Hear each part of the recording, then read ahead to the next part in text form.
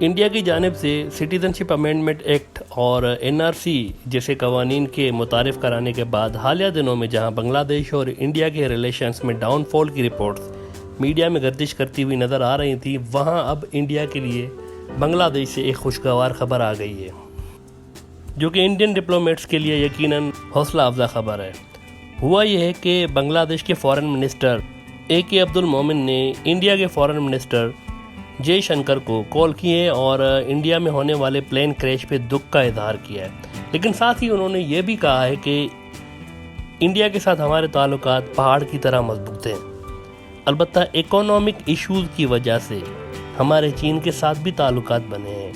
جبکہ ہماری victory India کی وکٹری ہے اور ہماری ترقی انڈیا کی ترقی ہے۔ یہ بہت بڑی سٹیٹمنٹس ہیں،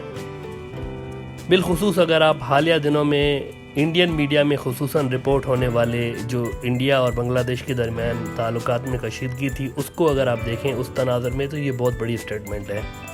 بہت سے انالسٹ اس پہ بات کر رہے ہیں کہ اس ڈیولپمنٹ کی وجہ کیا ہو سکتی ہے۔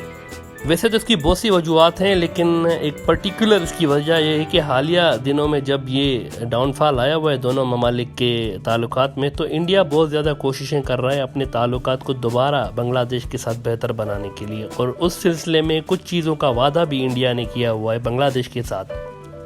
مثلاً یہ کہ روہنگیا مسلمانوں کے مسئلے کو سالو کرنے کے لیے انڈیا بنگلہ دیش کی مدد کرے گا، اور نومبر میں میانمار میں الیکشنز ہونے والے ہیں، اس کے بعد اس مسئلے پہ کام سٹارٹ ہو جائے گا۔ اس کے علاوہ جو بنگلہ دیش کے ساتھ پانی کا مسئلہ بھی انڈیا کا چل رہا ہے وہ بھی حل کرانے کا وعدہ کیا گیا ہے، یعنی بنگلہ دیش کے اس وقت دو سب سے بڑے جو مسئلے ہیں ان دونوں مسئلوں کو حل کرانے کی خاطری انڈیا کی طرف سے کروائی گئی ہے۔ بہت سارے انالسٹ یہ بھی بول رہے ہیں کہ دراصل یہ چین کا پریشر ہے جو کہ انڈیا کی ڈپلومیسی میں اتنی زیادہ ارجنسی لا رہا ہے، کیونکہ چین کے بنگلہ دیش کے ساتھ بڑھتے ہوئے ریلیشنز کو انڈیا کے تھنک ٹینکس اس نظر سے دیکھ رہے ہیں کہ جہاں جہاں چین ہوتا ہے وہاں وہاں پاکستان کا ہونا بھی ناگزیر ہے، لازماً پاکستان بھی وہیں پہ ہوگا۔ اور اس کی ایک تازہ مثال یہ ہے کہ جو ہی بنگلہ دیش اور چین کے تعلقات بہت زیادہ امپروو ہوئے تو پاکستان کے تعلقات بھی بہت زیادہ امپروو ہونا شروع ہو گئے ہیں بنگلہ دیش کے ساتھ، اور انڈیا پرو پاکستان بنگلہ دیش بالکل بھی نہیں چاہے گا، کیونکہ انڈیا کی آپ کو معلوم ہے کہ پاکستان کے ساتھ ہسٹوریکلی کشیدہ صورتحال رہی ہے موسٹ آف دا ٹائم۔ اب اس میں یہاں پر سوال پیدا ہوتا ہے کہ اگر روہنگیا مسلمانوں کا مسئلہ اور پانی کے مسائل انڈیا حل کر بھی لے بالفرض، جس کے چانسز کافی کم ہیں، لیکن بالفرض مان لیتے ہیں کہ اگر اپنا انفلوئنس استعمال کر کے برما پر انڈیا یہ مسائل حل کر لیتا ہے روہنگیا کے اور پانی کا مسئلہ بھی حل کر لیتا ہے، تو کیا ہوگا؟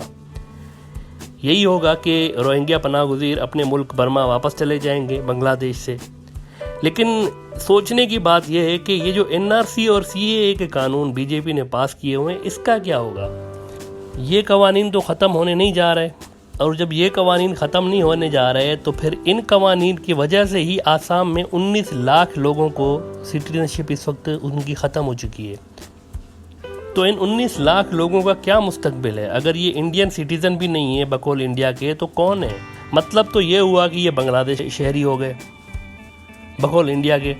کیونکہ NRC میں ان کے نام نہ آ کے انڈیا نے ان کو ڈس اون کر دیا ہے۔ اب اگر کل کو یہ لوگ ڈیپورٹ کیے جاتے ہیں تو کہاں جائیں گے سوائے بنگلہ دیش کے؟ یعنی ایک پڑوسی ملک ان کے پاس یہی ہے، اور سوائے بنگلہ دیش کے وہ کہیں اور جا نہیں سکتے۔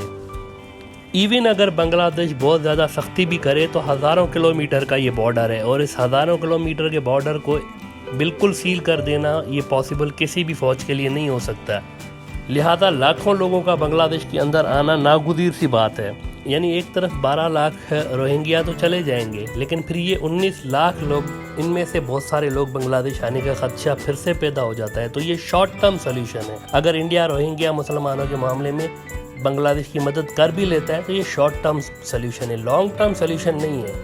کیونکہ پھر دوسرا فرنٹ کھل جاتا ہے اور وہ انڈیا کا بارڈر ہے اور آسام کے لوگ ہیں۔ آسام کے علاوہ بھی کروڑوں اور بھی ایسے لوگ ہیں جن کو اپنی شہریت CAA اور NRC کے تناظر میں ابھی ثابت کرنی ہے۔ یاد رہے کہ یہ جو روہنگیا کے کرائسس ہیں یہ بھی 1982 میں ایسے ہی شروع ہوئے تھے، وہاں بھی برما NRC کا قانون لے کر آ گیا تھا، اور اس کا نتیجہ آج دنیا خصوصاً بنگلہ دیش روہنگیا کی صورت میں دیکھ رہے ہیں۔ یعنی 1982 میں یہ قانون برما میں آ چکا ہے جو آج انڈیا میں آیا ہوا ہے۔ تقریباً ملتے جلتے قانون ہیں دونوں. تو ایسے میں آج سے 10-15 سال بعد کیا ہوگا؟ یہ جو 19 لاکھ لوگ جن کی شہریت کینسل ہو گئی ہے، ان کا مستقبل کیا ہوگا؟ ان کا اسٹیٹس کیا ہوگا؟ یہ اصل میں سب سے بڑا چیلنج ہے جو کہ انڈیا نے ٹیکل کرنا ہے اپنی فارن پالیسی میں آنے والے دنوں میں. روہنگیا سے بھی بڑا ایشو انڈیا کے لیے بنگلہ دیش کے تناظر میں اصل میں یہ ہے. اس پہ شیخ حسینہ خود کہہ چکی ہیں دس واز ان نیسیسری، کہ یہ جو قوانین ہیں یہ نیسیسری نہیں ہے. اب دیکھنا یہ ہے کہ کیا بی جے پی کی حکومت اپنے پڑوسیوں کے تحفظات کو نظر میں رکھ کے ان قوانین پہ کوئی ایکشن لیتا ہے یا ان کو جوں کا توں رہنے دیتا ہے. اگر تو انڈیا کی جانب سے کوئی ایکشن نہیں لیا جاتا تو پھر انڈیا اور بنگلہ دیش کے تعلقات میں فیوچر میں بہتری آنا